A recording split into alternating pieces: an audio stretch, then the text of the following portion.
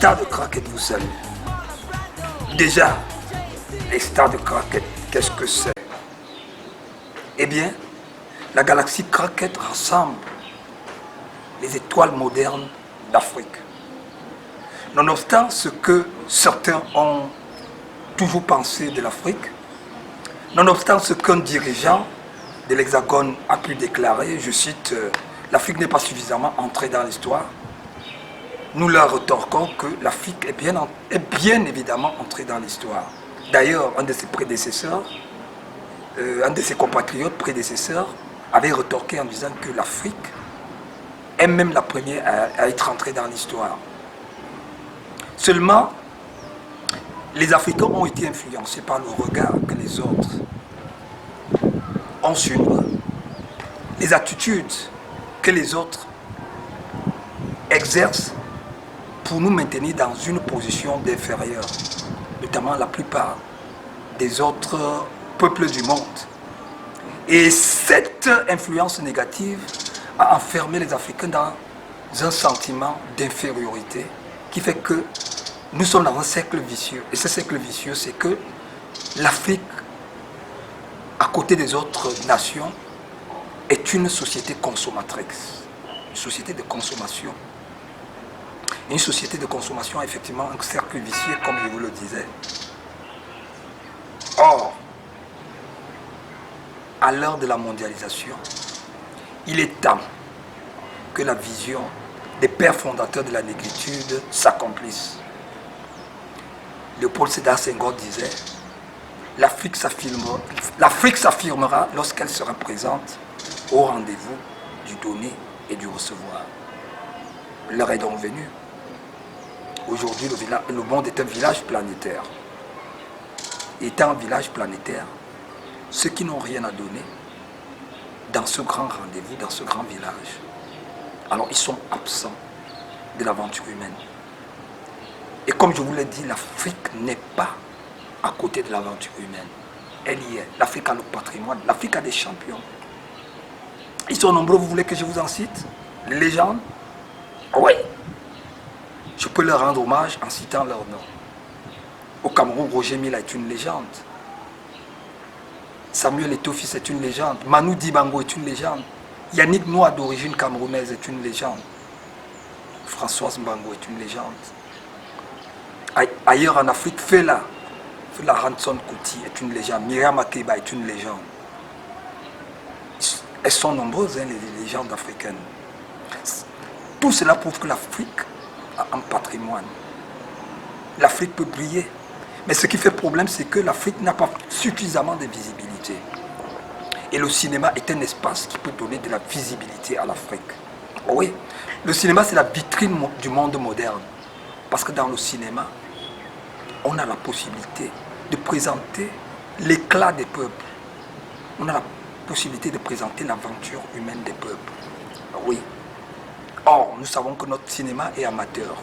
C'est ça, le drame. Les stars de Craquette s'annoncent donc comme étant cet espace-là qui va proposer au monde une galaxie, des étoiles made in Africa. Oui, les stars de Craquette, c'est d'abord la télé-réalité qui est en route. Nous commencerons notre aventure par la télé-réalité. Nous nous annoncerons par la télé-réalité. À partir de la télé-réalité, nous aurons un espace qui permet de voir les talents qui montent. La télé-réalité est un espace de fabrication des stars. C'est également un espace de pédagogie.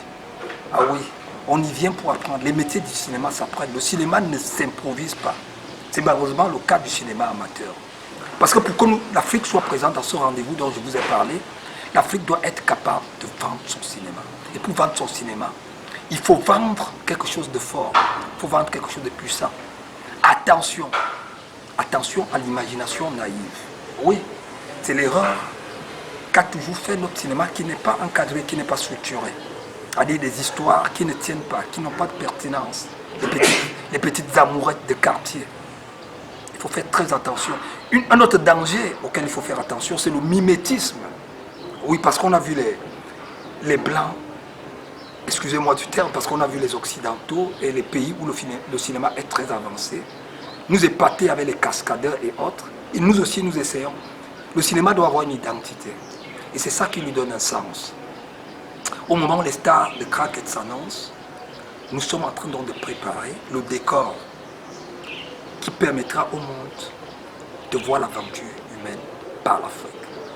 Ce sera cet espace qui va exposer enfin notre égoïsme, cet espace qui va enfin exposer notre création, notre créativité, notre imagination pour participer à transformer le monde. Un challenge, hein, et il sera relevé. Alors le dernier mot c'est, avec les stars de Crackhead, Africa is back.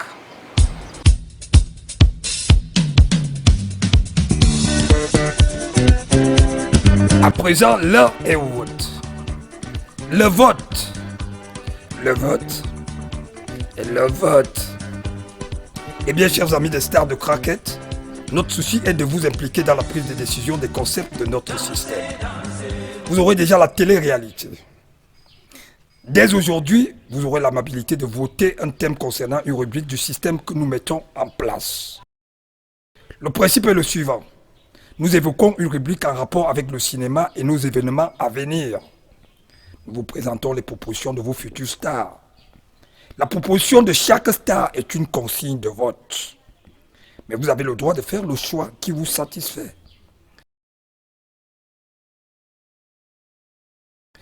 Aujourd'hui, le thème du vote, c'est le nom de la cité du cinéma. Je rappelle que la star dont la proposition va gagner le plus grand nombre de voix, le plus grand nombre de vues, sera l'égérie annexe des stars de Crackhead, sera l'égérie des stars de Crackhead. Le vote du jour porte sur le nom de la cité du cinéma. Les stars de Crackhead, comme je vous l'ai dit, c'est une galaxie ambitieuse. Une galaxie exaltée, dont la cité camerounaise du cinéma ne saurait porter le nom Hollywood, tel qu'on l'a vu au Nigeria avec Nollywood, ou en Inde avec Bollywood. Chez les stars de Crackhead, nous aurons un nom typiquement africain. Donc, voici les noms que vos stars vous proposent, des jolis noms. Vous choisirez celui que vous considérez comme étant le plus beau pour refléter l'identité de notre cité du cinéma. Bonimax propose Namintak. Julia propose Mbogies Ambassa. Vegeta propose Mboa Munyenge. Pitobio nous propose Nambi Voé en Eton. Véron propose Nama Bouban, toujours en Eton dans la Léquier. TH5 propose Djalebok en Ewondo, à Yaoundé. Je reprends la proposition de vos stars. Bonimax propose Namintak. Julia propose Mbogies Ambassa. Chez Oumnyobe, Vegeta propose Mboa Munyenge en Douala. Au littoral chez les Sawa, Pitobio nous propose Nambi Voé en Eton dans la Léquier. Véron propose Nama Bougban, toujours en Eton, à Obala. TH5 propose Djalebok en Ewondo, à Yaoundé. Parmi tous ces noms, lequel, selon vous, mérite d'être la désignation de la cité camerounaise du cinéma? Le vote est à vous.